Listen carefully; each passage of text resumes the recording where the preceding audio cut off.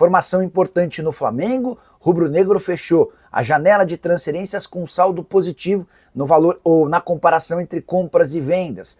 Bora falar também sobre o Flamengo recusando proposta do Qatar por Pedro. Bora te atualizar também sobre Everton Cebolinha, o atacante do Flamengo é o grande alvo do Grêmio para 2026. Falo também sobre uma lavada do Flamengo em relação aos concorrentes, pelas últimas do mercado e muito mais. Fala aí pessoal, sou Jorge Nicola, bem-vindos a mais um vídeo do canal, sempre bom ter vocês por aqui. Sem perder tempo, pedir para deixar like, se inscrever no canal e ativar as notificações. Quero falar agora sobre a volta dos que não foram. Cuiabano, lateral esquerdo do Botafogo, que havia se despedido nas redes sociais do clube no início dessa semana, está de volta ao Botafogo. Ele foi vendido para o Nottingham Forest, mas não será usado, pelo menos nesse primeiro momento, pela equipe inglesa e fica no Botafogo por empréstimo até o fim da temporada. Mais um negócio envolvendo Evangelos Marinax, dono do Forest, e John Textor, dono da SAF botafoguense. Vale o registro de que nos últimos 2 anos, Botafogo, Lyon e Nottingham Forest movimentaram mais de 860 milhões de reais com vendas de atletas entre idas e vindas. Existe cada vez mais expectativa em relação à possibilidade de um magnata grego ajudar o Textor na recompra do Botafogo junto aos acionistas do grupo Eagle. Importante contar que durante a live dessa terça-feira, que chegou a ter quase 9 mil pessoas simultâneas assistindo, agradeço demais a atenção, vocês me perguntaram quem é que está mandando do Botafogo hoje. Mesmo não tendo recomprado a sua parte em relação ao Grupo Eagle, dá para assegurar que é o John Textor, o cara que toma as decisões do Botafogo. Ele, graças a uma medida judicial, segue no poder botafoguense. Bora falar agora sobre Everton Cebolinha, que deve deixar o Flamengo na virada do ano. E uma possibilidade real pro Cebolinha é de mudança pro Grêmio.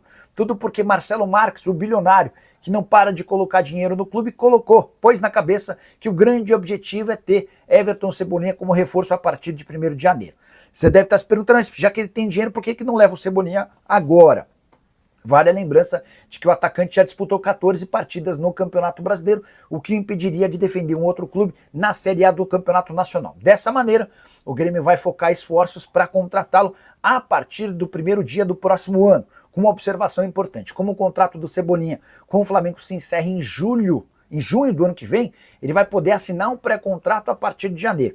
Como a ideia do Grêmio é contar com ele logo no início do ano, vai haver necessidade de uma negociação com o Fla, mas imagina-se que por cifras bem inferiores aos 14 milhões de euros que o Flamengo investiu quando o comprou do Benfica. Cebolinha perdeu espaço, tem jogado pouco nas últimas 4 partidas do rubro-negro, ele só esteve em campo em uma. Jogou 1 minuto contra o Internacional e não saiu do banco, contra Grêmio, Vitória e numa outra partida contra o Colorado. Cebolinha muito identificado com o Grêmio, ele faz o início das suas categorias de base no Fortaleza e se muda ainda para a base do Grêmio, onde se torna profissional, jogador que disputou ou vestiu a camisa tricolor entre 2013 e 2020. Só para completar, é importante destacar que o Cebolinha ganha na casa de 1,5 milhão de reais mensais, sua saída certamente garantiria um enorme conforto para a folha salarial rubro-negra. Hora de falar sobre a lavada do Flamengo em relação à concorrência quando o assunto é público. Rubro-negro lidera o Campeonato Brasileiro na classificação geral de pontos e também com alguma folga em relação a público. A média de público do Flamengo no Brasileirão é de 54 mil pessoas por jogo, número espetacular. Esses 54 mil torcedores por jogo em 11 partidas, o que significa que o Fla levou quase 600 mil pessoas nos jogos dentro de casa. O Cruzeiro é o segundo melhor colocado com uma média de 41 mil torcedores por jogo. O Corinthians tem 40 mil, o Bahia 37 mil, assim como o São Paulo. Na sequência aparecem o Ceará, 33 mil torcedores, o Palmeiras, 32 mil torcedores e o top 10 é fechado pelo Fluminense com 28 mil, o Galo com 24 mil e o Internacional com 23 mil torcedores por partida. Quero contar ainda que o Flamengo foi o time que mais faturou com bilheteria no Campeonato Brasileiro desse ano, 24 milhões de reais. Seguido pelo Cruzeiro com 23 milhões, pelo Corinthians com 15 milhões, Palmeiras 14 milhões, o São Paulo sim com 13 milhões de reais.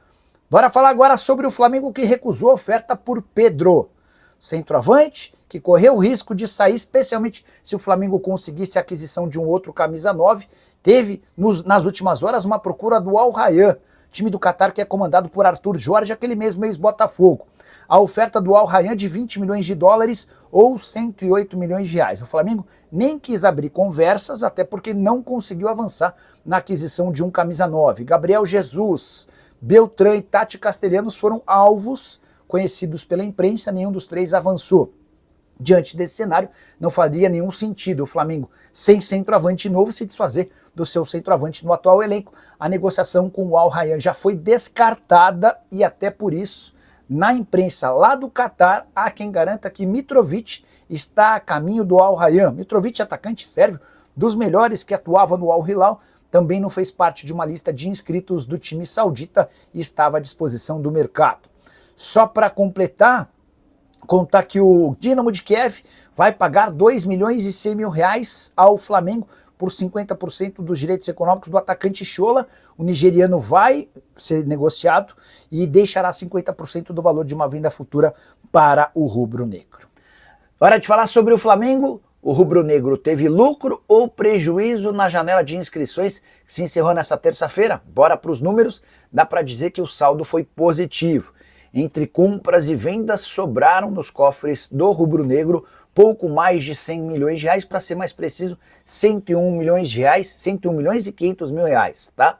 Foram 4 reforços contratados, que custaram 277 milhões de reais, e 5 vendas, que renderam 378 milhões e meio de reais. O Flamengo comprou nessa janela, pós-mundial, Emerson Royal por 58 milhões e 700 mil, Carrascal 76 milhões e 800 mil, Samuel Lino 141 milhões e 500 mil, além de Saul, que chegou sem custos. Nicola esqueceu do Jorginho? Não, Jorginho havia sido comprado na janela pré-mundial, uma outra janela criada pela FIFA.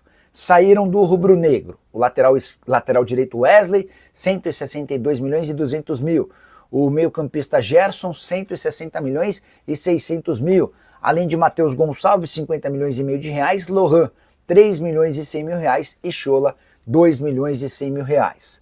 Você soma saídas e chegadas e alcança esse número de 101 milhões de reais de saldo positivo. Você deve estar lembrando, Nicola, você não falou do Alcaraz.